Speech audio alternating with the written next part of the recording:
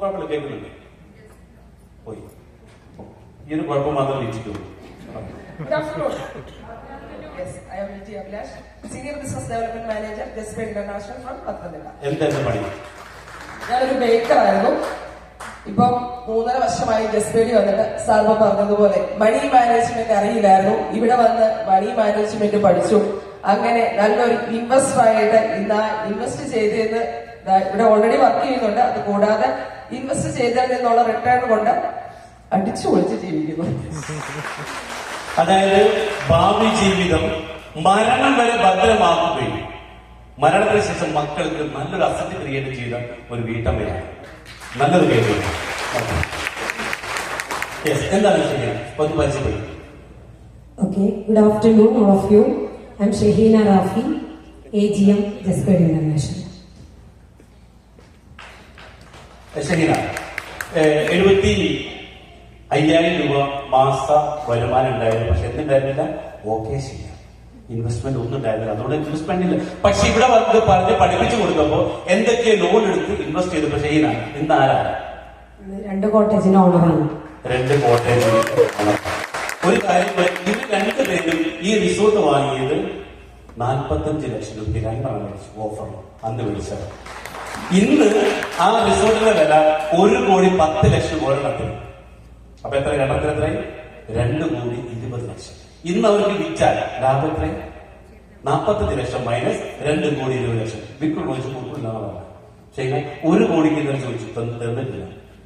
ശരി, പറഞ്ഞു. എന്താണ് ചെയ്യുക ഇനി മുന്നോട്ടുള്ള ലൈഫിനെ നോക്കി കാണുമ്പോൾ ഈ ടെസ്റ്റുകളൊക്കെ എങ്ങനെ ചാടിയത് എന്ന് പറഞ്ഞു കൊടുക്കുന്നത്? ഓക്കെ, ഇവിടെ ഇൻവെസ്റ്റ് ചെയ്യാൻ വേണ്ടിയിട്ടൊന്നുമല്ല ഈ ഒരു ജസ്പേഡിലേക്ക് കടന്നു വന്നത്. മറിച്ച് ഈ ജസ്പേഡിനെ അറിയാൻ വേണ്ടി വന്നു. ഇത് കറക്റ്റ് ആയിട്ട് പഠിച്ചു. പക്ഷെ ഇൻവെസ്റ്റ്മെന്റ് ചെയ്യുന്നതിന്റെ മുഴുവൻ തിയറീസ് ഒന്നും അറിയില്ല. പക്ഷെ എന്തെങ്കിലും ഒരു ഇൻവെസ്റ്റ്മെന്റ് വേണമെന്ന് തോന്നി. കാരണം ഞാനൊരു ഗവൺമെന്റ് എംപ്ലോയി ആണ്.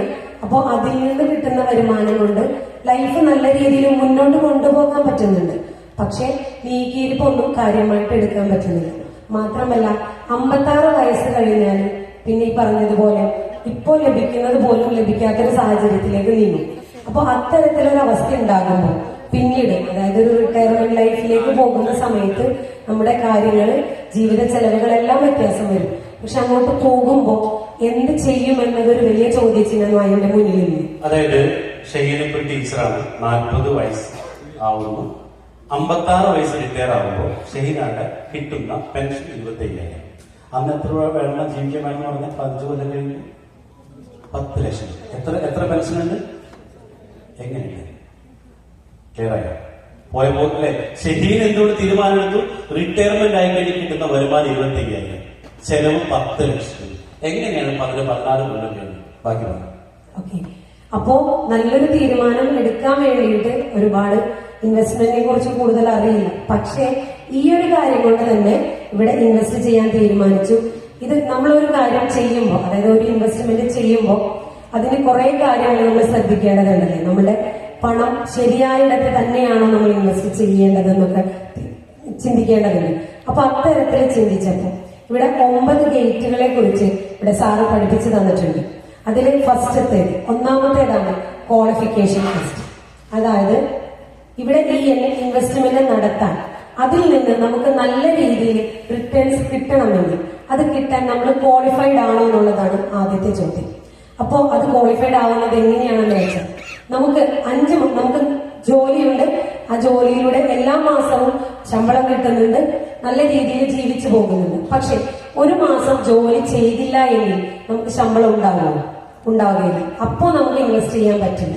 മറിച്ച് 5 മാസത്തോളം കറക്റ്റ് ആയിട്ട് ജോലി ഇല്ലെങ്കിലും നല്ല രീതിയിൽ നമുക്ക് ജീവിച്ചു പോകാൻ പറ്റുന്നുണ്ട് എങ്കിൽ നമുക്ക് ഇൻവെസ്റ്റ് ചെയ്യാം. അത് ഇൻവെസ്റ്റ് ചെയ്തിട്ടുണ്ടെങ്കിൽ അതിൽ നിന്ന് നല്ല രീതിയിൽ നമുക്ക് റിട്ടേൺസ് കിട്ടുന്നുണ്ടോ എന്ന് ചിന്തിക്കുക.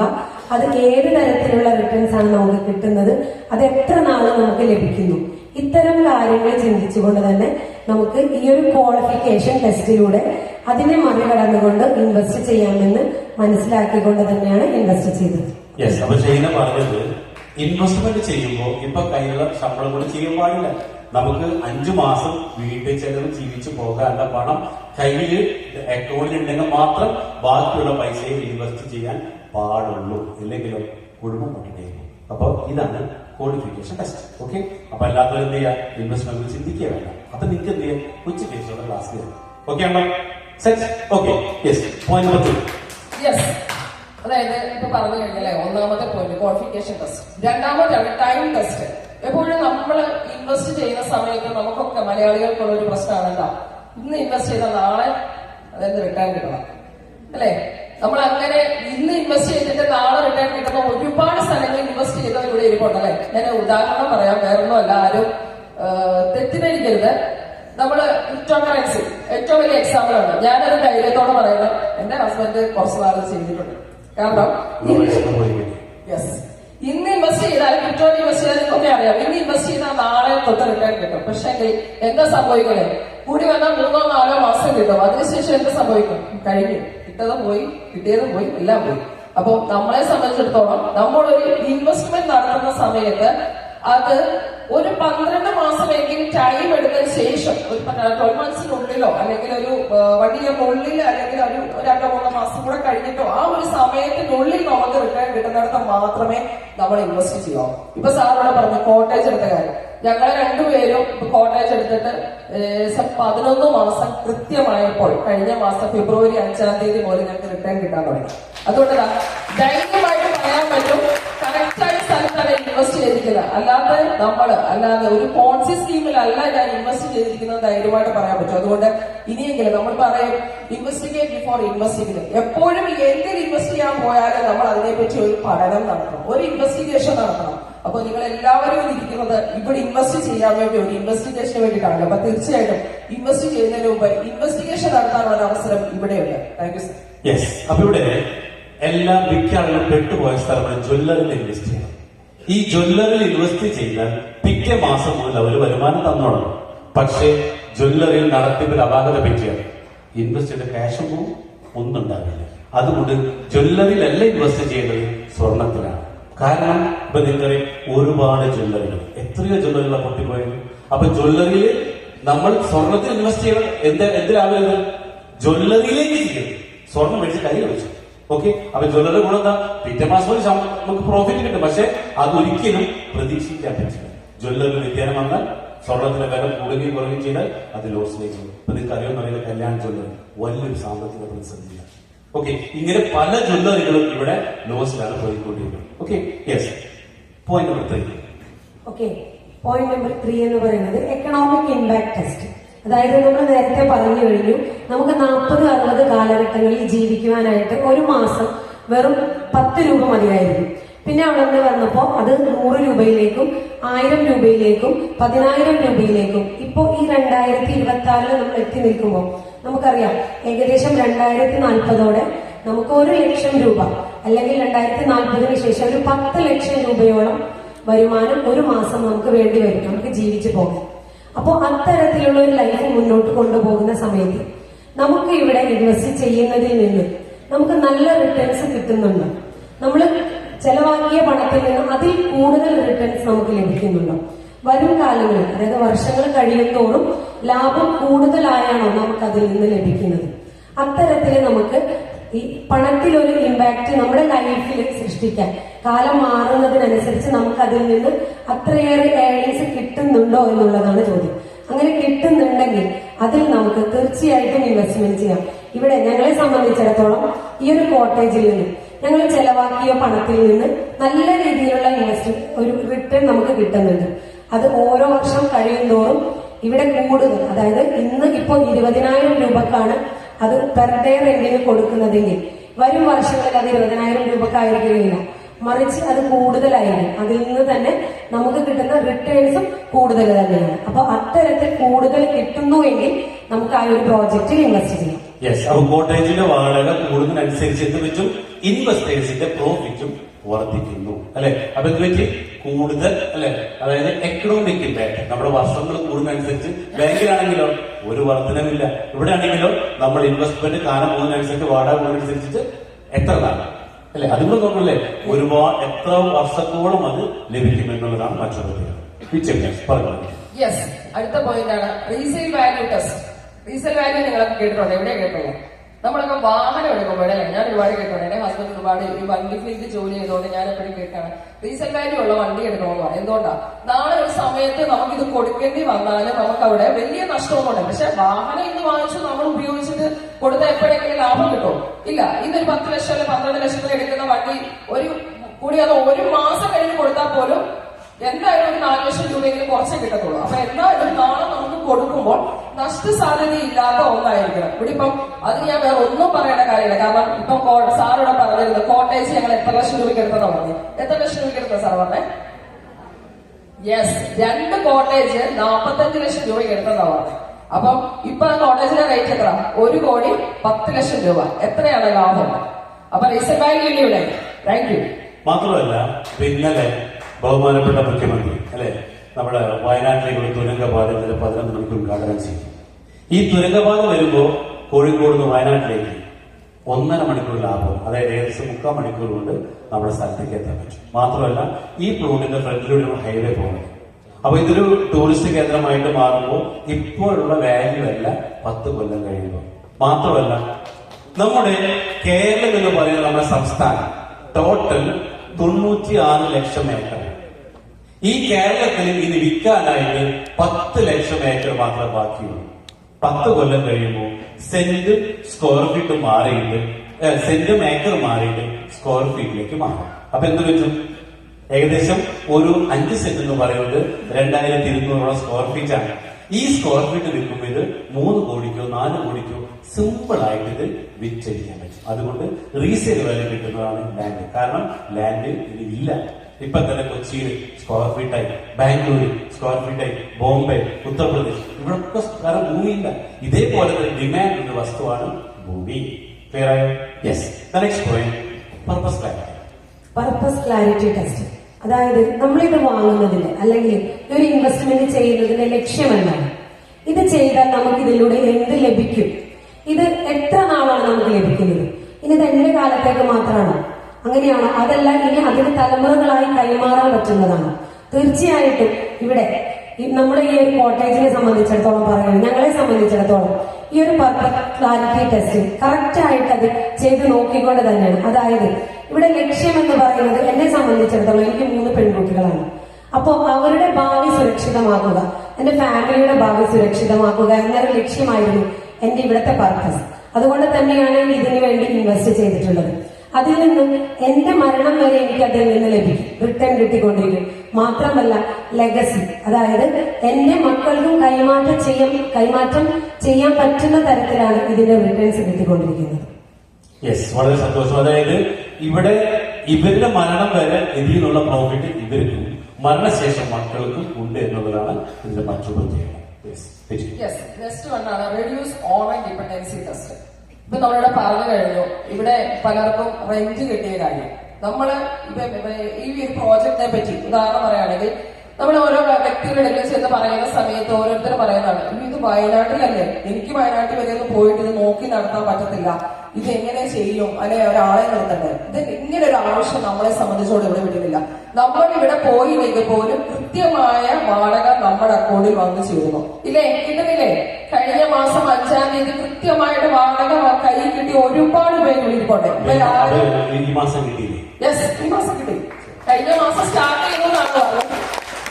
ഈ മാസം കിട്ടി. 2 ദിവസം മുമ്പാണ് എന്റെ അക്കൗണ്ടിൽ ക്രെഡിറ്റ് ആയത്. അപ്പൊ തീർച്ചയായിട്ടും നമ്മൾ പോയില്ലെങ്കിലും നോക്കിയില്ലെങ്കിലും ഇപ്പൊ കോട്ടേജ് അവിടെ ആള് വരുന്നുണ്ടോ, അവിടെ ആൾക്കാർ താമസിക്കുന്നുണ്ടോ, കറക്റ്റ് ആയിട്ട് അവർക്ക് ഫുഡ് കിട്ടുന്നുണ്ടോ, അവർ കാര്യങ്ങളൊക്കെ ഓക്കെ ആണോ, അല്ലെങ്കിൽ നമ്മൾ പ്ലാനേഷൻ ആണ് എന്താണെങ്കിലും ഇങ്ങനെയുള്ള കാര്യങ്ങൾ നോക്കി നമ്മൾ അവിടെ പോയി നോക്കി നടത്തിയില്ലെങ്കിൽ പോലും കൃത്യമായിട്ട് മാനേജ്മെന്റ് അത് ചെയ്തുകൊണ്ട് നമ്മുടെ എല്ലാ അക്കൗണ്ടിലേക്ക് നമുക്ക് വരുമാനം തരുമോ. അതാണ് ഇവിടുത്തെ ഏറ്റവും വലിയ പ്രത്യേകത. Cash impact test. അതായത് നമുക്ക് ജോലിയുണ്ട്, നമ്മളെ ജീവിത നിലവാരം എന്ന് പറയുന്നത് ഒരു നോർമൽ ലൈഫ് ജീവിത നിലവാരത്തിലാണ് നമ്മൾ ഇന്ന് ജീവിച്ചുകൊണ്ടിരിക്കുന്നത്. മറിച്ച് നമ്മളിവിടെ ഇൻവെസ്റ്റ്മെന്റ് നടത്തിയിട്ടുണ്ടെങ്കിൽ, നമ്മൾ ആഗ്രഹിക്കുന്നതിനേക്കാൾ കൂടുതൽ റിട്ടേൺസ് വന്നിട്ടുണ്ടെങ്കിൽ നമ്മുടെ ജീവിതത്തിൽ അല്ലെങ്കിൽ നമ്മുടെ ലൈഫ് സ്റ്റൈലിൽ വരുന്ന മാറ്റങ്ങൾ, നമ്മുടെ ലൈഫ് സ്റ്റൈല് സാധാരണ രീതിയിലായിരിക്കില്ല അല്ലെ, കുറച്ച് പ്രീമിയം ലെവലിലേക്ക് നമ്മൾ ഉപയോഗിക്കുന്ന വസ്തുക്കളും നമ്മുടെ വീടും നമ്മൾ ഉപയോഗിക്കുന്ന വാഹനങ്ങളും മാറ്റാൻ നമുക്ക് പറ്റും.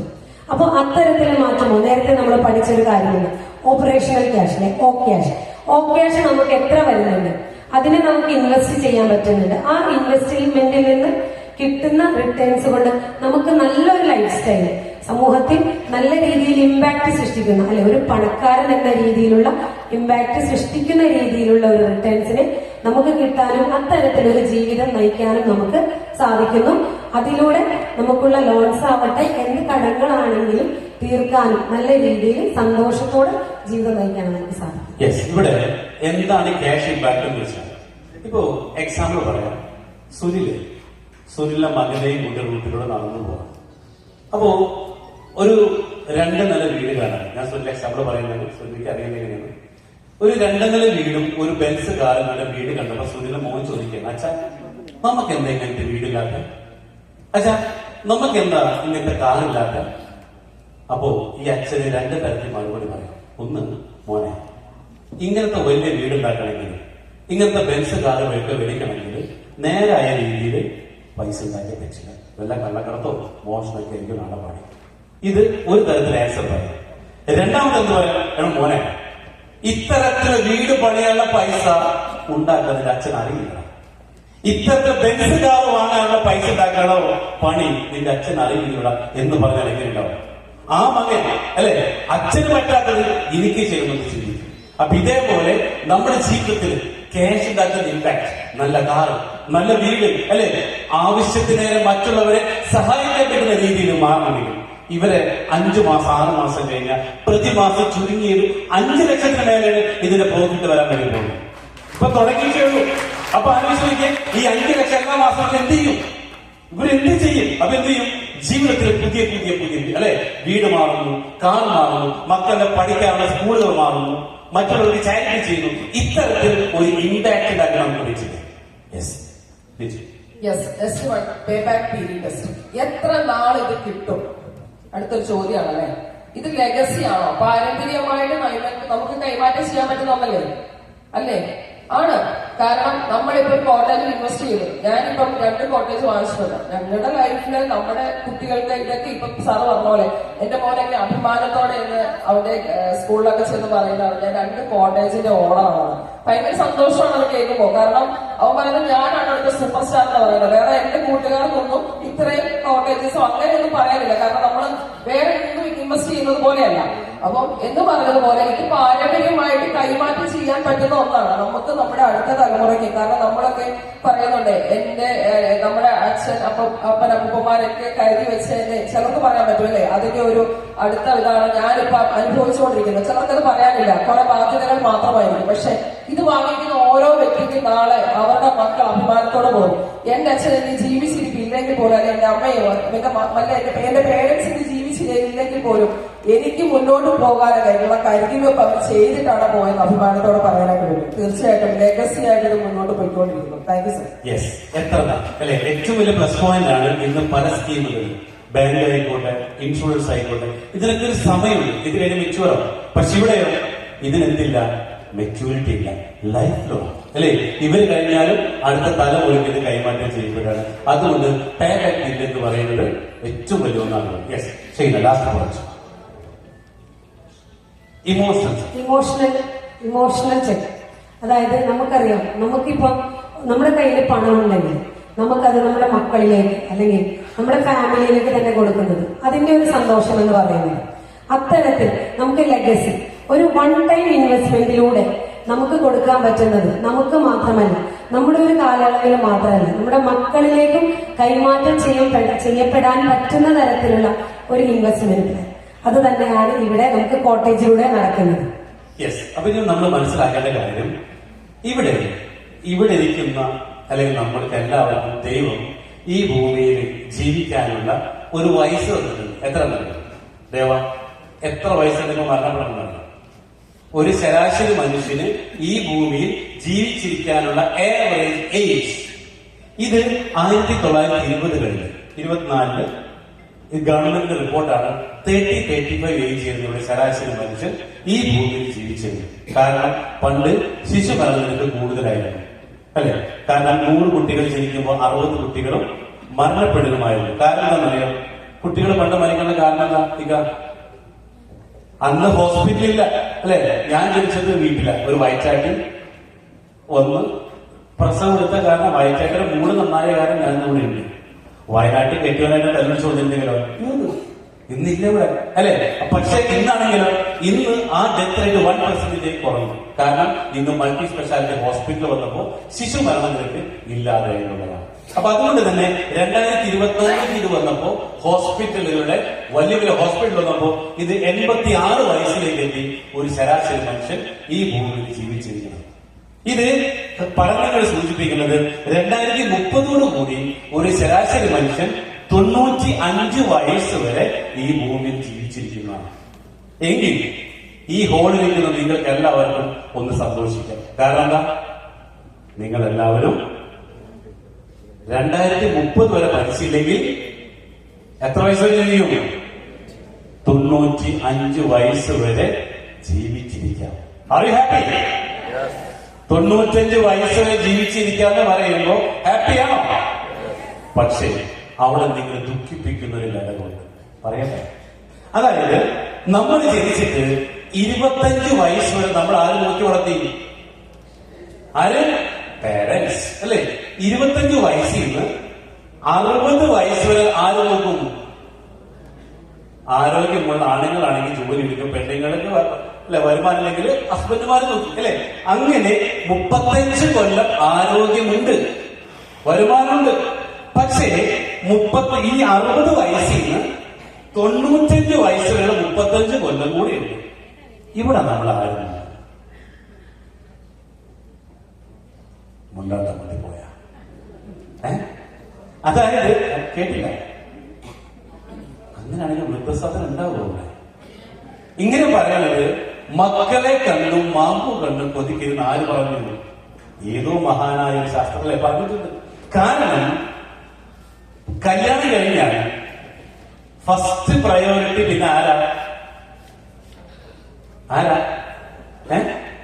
വൈഫും അല്ലെങ്കിൽ ഹസ്ബൻഡോ അല്ലെ. നിങ്ങൾ മിക്ക ലേഡീസിന്റെ കാര്യങ്ങൾ ആലോചിക്കട്ടെ. അതായത് കണ്ണേ പൊന്നേന്ന് പറഞ്ഞ് മാതാപിതാക്കൾ നോക്കി വളർത്തി. അങ്ങനെ ഒരു ദിവസം ഇക്ക എത്രാമത്തെ പ്രാവശ്യം പെണ്ണാണ്? ഇക്ക എത്ര പ്രാവശ്യം പെണ്ണ് ഇത്തട പെണ്ണ് കാണാൻ വന്നില്ല. ഇക്ക എത്രാമത്തെ? രണ്ടാമത്തെ. ആദ്യത്തെ ആൾക്ക് ഇത്താൻ ഇഷ്ടമായി. അങ്ങനെ രണ്ടാമത്തത് ഇത്താൻ ഇഷ്ടമായി. കല്യാണം നടന്നു. അങ്ങനെ കല്യാണം നടന്ന് മോളെ അത്രയ്ക്ക് നോക്കി വളർത്തി അച്ഛൻ വാപ്പ ഉമ്മയൊക്കെ ഉണ്ടല്ലോ. പക്ഷേ ആദ്യ രാത്രി കഴിഞ്ഞ് പിറ്റേ ദിവസം എഴുന്നേറ്റിട്ട് വാപ്പ പറയണം, മോളെ ഒന്ന് ഇന്ന സ്ഥലത്ത് പോവാൻ പറഞ്ഞ ഒറ്റടിക്ക് മോള് പറയാണ് ഇക്കാട് ചോദിക്കട്ടെ. എങ്ങനെ അത്രയും നാള് നോക്കി വളർത്തിയിട്ട് ഒറ്റ ദിവസം മുപ്പൂടെ കിടന്നു ഏതോ ബ്രോക്കർ വിളിച്ചത് ഒരു പരിചയമില്ല, ഒരു ചായ അത്രയേ ഉള്ളൂ. ആ ചായയുടെ പുറത്ത് ഒരു ദിവസം കൂടെ കിടന്നിട്ട് എന്തായി? പിന്നെ ഇക്കയാണ് വലുത്, വാപ്പയുമ്മ ഗോവിന്ദ. ശരിയാണോ? കാരണം ഇങ്ങനെ പറയുന്നത് മക്കളെ ജനിപ്പിക്കാം, മക്കളെ വളർത്താം, മക്കളെ മറന്നേക്കണം. ഇതാണ് മൂന്നാമത്തെ പോയിന്റ്. മക്കളെ കണ്ട്, കാരണം അവർക്കും ആവശ്യങ്ങളുണ്ട്. അവരും നിങ്ങളെ പോലെ ഒരു പിതാവാകും, ഒരു ഹസ്ബൻഡാകും, ഒരു ഭാര്യയാകും. അപ്പൊ നിങ്ങളുടെ കാര്യം നോക്കാനുള്ള അവർക്ക് മതി. എങ്കിൽ എന്നെ ചോദ്യം, ഇപ്പൊ ആരും നോക്കുന്നു പറഞ്ഞു, ഈ സമയത്ത് ഇനി ആരും നോക്കുന്നു പറ. എന്നാ പറ, ഇവിടെ ആരാ നിങ്ങൾ നോക്കുന്നത്? ഇപ്പൊ ഇവിടുത്തെ ഷഹീലിക്കും ലിറ്റിക്കും ആര് നോക്കും? മക്കള് നോക്കണ്ട, അഭിമാനത്തോടെ പറയാം. ആര് നോക്കും? അവരെ കോട്ടേജ് നോക്കും. ചോദ്യം, നിങ്ങൾ ആര് നോക്കും? ആര് നോക്കും നിങ്ങൾ? അല്ലെ? കാരണം അത്തരത്തിലുള്ള ഇൻകം ജനറേറ്റിംഗ് അസറ്റ് നിങ്ങൾക്കുണ്ടോ? മക്കള് ഒരു സമയം കഴിയുമ്പോ ബായ എന്ന് പറഞ്ഞൊരു പോക്കുണ്ട്. കാരണം അവരും നാളെ ഒരു കുടുംബം ഉണ്ടാക്കി മുന്നോട്ടേക്ക് പോകുമ്പോൾ പിന്നെ നമ്മളെ നോക്കാനല്ല, അല്ലെ? അപ്പൊ ഇവിടെ നിങ്ങൾ ഇപ്പോ ഷഹീദ് ജീവിക്കുന്ന റിട്ടയർമെന്റ് അല്ലേ? ഇത് 57 വയസ്സാകുമ്പോൾ എന്തായി? 25,000 ടീച്ചറാ.